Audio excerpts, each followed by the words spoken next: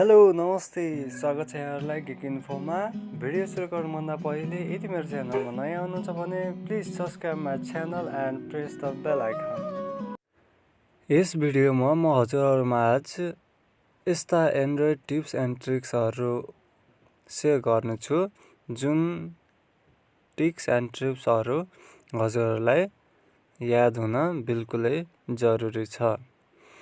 First trick रहेको छ split screen.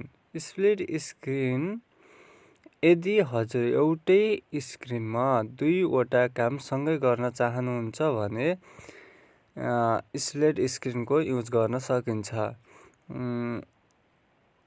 यहाँ हजुरहरूलाई एउटा लाइभ देखाउन चाहन्छु। स्प्लिट स्क्रिन युज गर्दा यहाँनिर टच गरेर स्प्लिट स्क्रिनमा जानु होला र हजुरमाझ यसरी दुईवटा स्क्रिन सो हुनेछ। हजुरहरूले यसलाई नि युज गर्न सक्नुहुनेछ अनि यहाँ मल्टिटास्किङको काम हुनेछ।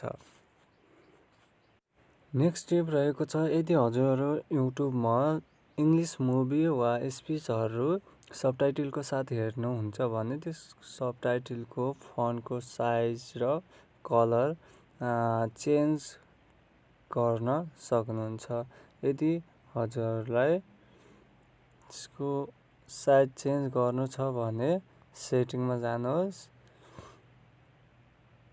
क्याप्सनमा जानुहोस्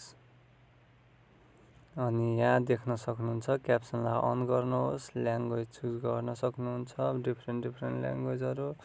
त्यसको साइज लार्ज, यसको साइज भेरी स्मल, यसरी फन्ट साइज चेन्ज गर्नुभयो भने अनि क्याप्सन स्टाइल हजुरहरूले यहाँ यसरी क्याप्सनको स्टाइल चेन्ज गर्न सक्नुहुन्छ।